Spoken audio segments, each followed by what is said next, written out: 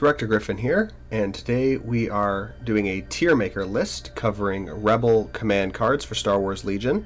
I want to preface this by saying that I don't believe that there are any actually bad command cards in Star Wars Legion. There are some that just don't really rank up compared to others, but there's really no like D or F tier commands where I would say you just never take them.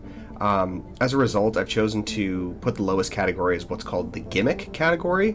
These are command cards that are highly situational, require a lot of setup to execute properly.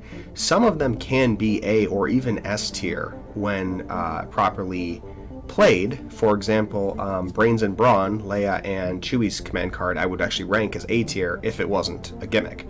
I will, at the end of these videos, do a gimmick rating video where I'll do a tier maker entirely of the gimmick cards, but for now we're just going to kind of subcategorize them, because if I had to explain why I put every gimmick card at every single level, that video would be extremely long compared to the short videos I want to make right now. So without any further ado, let's begin. Okay, so we're going to start with the generic Rebel commands, the first one being Sabotaged Communications.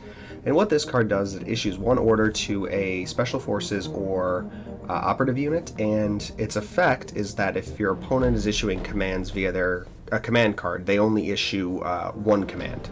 Now, or one order, I should say. Now, I am not a huge fan of this card, personally, because there are so many ways with Coordinate and Direct now for opponents to get additional orders, and generally if you're playing this card as a 1-pip against another 1-pip, it's just, I don't think, very good, because your opponent might be playing a 1-pip and issuing one order with the command and then, you know, 5 orders with Coordinate. So I'm going to put it as a solid C tier. Now C tier, again, this is like as good as generic command cards. Nothing spectacular, but I mean, there's far better options. And funnily enough, Turning the Tide, same thing. Gives Inspired 2 to a couple of heavies or supports. Rebels don't really have a ton of problems with suppression right now. So I don't really think that's super viable. The only heavier support builds they run are double airspeeder or some Tauntaun builds, both of which really aren't worried about suppression anymore. Now, the third one, Covering Fire, is actually B tier. That's the one that issues 3 core units orders, and it gives out dodge tokens every time you spend one with a core unit. It's really good. It's got a lot of situations, since you have to have 3 core in your army anyway, and they're generally going to be like naked rebel troopers. This card is really good for just like late game playing, so that your rebel troopers can hold on to an objective slightly better than they were. Not amazing, but it's definitely serviceable, and I would say a better choice in most cases than like Assault. So next we're going to go with Luke Skywalker. Luke has 6 command cards, and honestly all of them are really good. I don't think there's a single C tier Luke Skywalker card, which is why a lot of people will populate their entire command hand with his cards. So let's start off with Son of Skywalker. Son of Skywalker is definitely an S tier command. I don't think anyone would be surprised by that. It's been basically the baseline standard for S tier cards since the beginning of the game. An extra free attack with a lightsaber is just really, really good. So yeah, that's where it's going. By comparison, You Serve Your Master Well, I'm actually going to put it A tier. And the reason for that is that because it can't target vehicles and it can't target characters, unless your opponent has gone really, really heavy into Special Forces or core units being extremely strong, this card is kind of limited in its scope.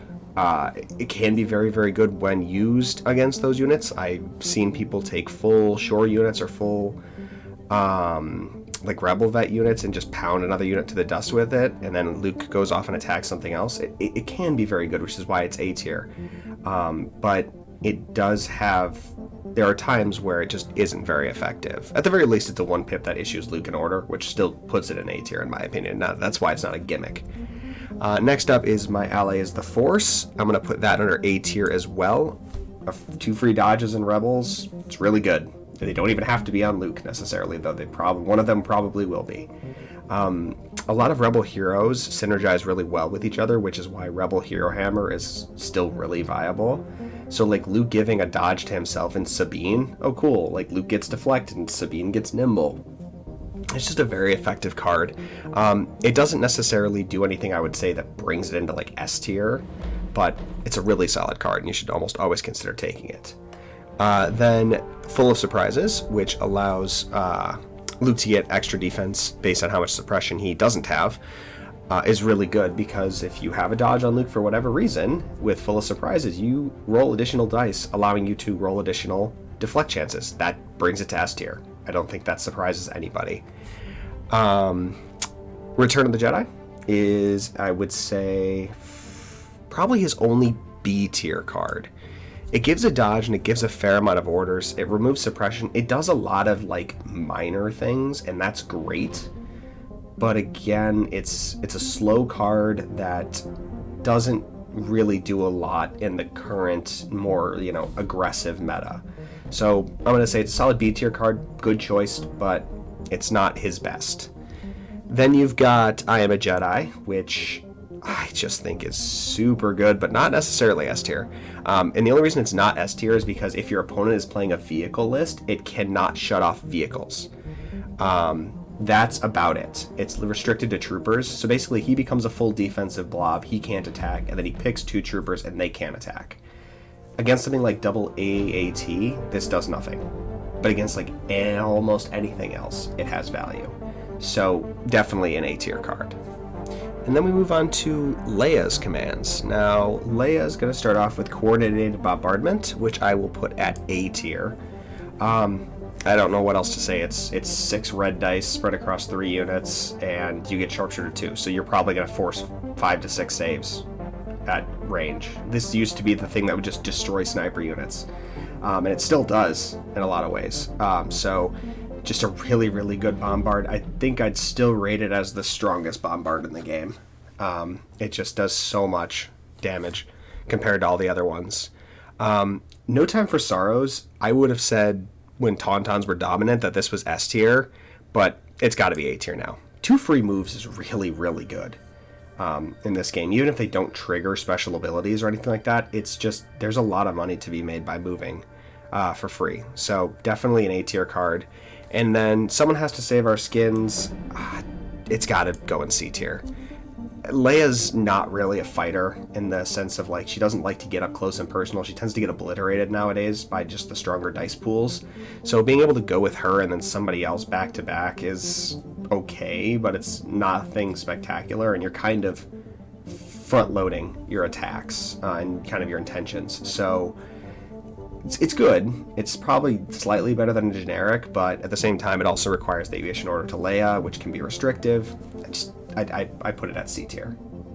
Now, Han's cards are really interesting. If you had asked me right before the errata, I probably would have put most of Han's cards at C or B tier, just because Han was really hard to play, and it was kind of like, he's got good commands, but you don't want to play him just for his commands. Now that Han's gotten buffed with Steady, I think his command cards are in a totally different league in a lot of ways. So we'll start off with the only 0 pip in the game, which is Han Shoots First, also known as sorry about the mess. So I'm going to put that solidly at A tier. This is really, really good now that Han has Steady, because you can go first, he can move, catch 2 people out of cover, and just deal a couple extra wounds. If he's with Chewie gets extra tokens as well. Just a lot of value. Now, his 2-pip Reckless Diversion, I'm actually going to put under Gimmick, as we our first Gimmick card. The fact that it has to issue an order to Han is the only reason that I put it under Gimmick. He's got decent defense, but not enough to really justify, running out there and taking shots. You really need a second really, really tough unit so that Han can go quick, and then that unit can just absorb damage. If you don't have that second unit, it's really tricky. So we'll talk more about what to build with that card in the Gimmicks video. Now, Change of Plans. Change of Plans I honestly would have put at A tier like 2 months ago. But now that Yoda is just dominating the field, I'm actually going to put it at S tier, because it completely messes up Yoda, and to a certain extent even like Anakin builds. Preventing somebody from playing a particular command card at a particular time is really strong. And not only is it really strong to do on the turn you do it, but also just that mental game every turn that your opponent has to play of, am I going to get Change of Plans this turn? Is this going to mess up my strategy? Should I play something else instead in case he can change of plans? Like, you get in people's heads with this card. This and one of the Imperial cards that I'll talk about later on are just some of my favorite mind game cards. So Change of Plans, S tier card in my opinion, just insanely good these days. Now I'm going to do this one real quick and dirty with Chewie. They're all gimmicks. All of Chewie's cards are gimmick cards because they require other units to play. It's not complicated. I'll talk more about if they're good or not in the gimmick video. Next up we have R2d2s Cards. Now R2's 1-pip blast off I'm going to put at probably, I'd say A tier. Because if you're taking R2 to get secret mission, you need that versatility, that, you know, his ability to jump and get a little extra distance. This is going to be huge. So definitely an A tier card, one you're going to want to pick if you take R2 most of the time. There's arguments to be made that, like, if you've got a ton of heroes, maybe you can get away without it, especially because you have the Rebel bus. Impromptu Immolation, his 2-pip, I'm going to put at C tier, I think. R2 shouldn't be attacking. It's as simple as that. There's some fun effect. There's a fun effect there, but like the flamer doesn't do much. I think I've seen it used like twice for its attack, but nothing else. Smokescreen is probably B tier, and I say that because while it is a 3-pip, it only issues 2 orders, but it does give out a free speed 1 move, which again is pretty good. As we saw from No Time for Sorrows, it's just, again, it's a really hard card to fit in with a lot of other good 3-pips in the Rebel roster. Only reason it's in B tier, really. Next up is actually Sabine. I have these cards slightly out of order here. So we're going to go ahead and do Sabine's, and we'll skip over Jim's for a minute, because I want to do the whole Rogue One squad together. So Sabine's 1-pip Explosions, S tier. You take Sabine. A lot of people take Sabine just for explosions. It does a reasonable amount of damage. It can deal out a good amount of suppression, and it's another one of those cards that your opponent is just constantly going, okay, like, is this the explosion's turn? Is this the turn I have to worry about getting hit with a bunch of explosions? Where's Sabine gonna go? What are they gonna do? This card is like the bane of some droid lists. Like, it just does a ton of damage. The higher your saves are, the less you kind of have to worry about it, but it's still a really, really good card.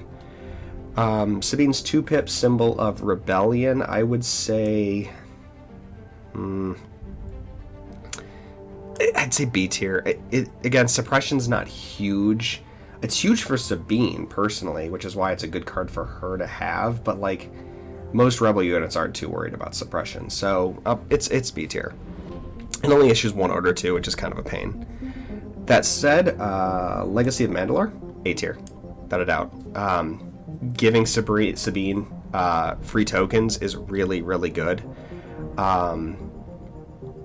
So, you know, I think there's a lot of value there. Oh, another reason I probably should have brought up that, you know what, actually I forgot. Symbol of Rebellion does have a recover. I'm actually going to move that to A tier. I was thinking for a second Legacy of Mandalore had the recover, but Symbol of Rebellion does let Sabine recover, and that does get her shield back and her Electro Whip if she has that too, and any other tappable things she brought. So, you know, I'm going to put them both at A tier. Just some A tier cards right there with an S tier. Sabine's really good.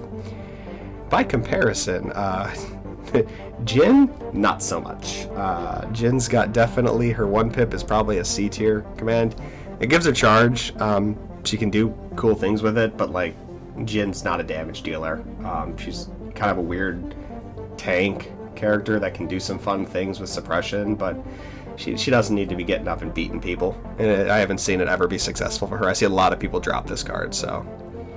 Her 2-pip, however, you know, I'm going to put it under gimmick, honestly. Because of the teamwork. The Inspire is generally really good, but there's a lot of weird synergies you can do with the teamwork, so it's hard to judge it based on anything other than what its gimmick pulls off. So we're going to put it under gimmick. By comparison, her 3-pip, I would say, is a solid A tier. I'd say A tier. The ability to just turn off being suppressed is super good. And I think that, you know, a lot of games can be won or lost simply by, hey, 3 of my units are now basically droids.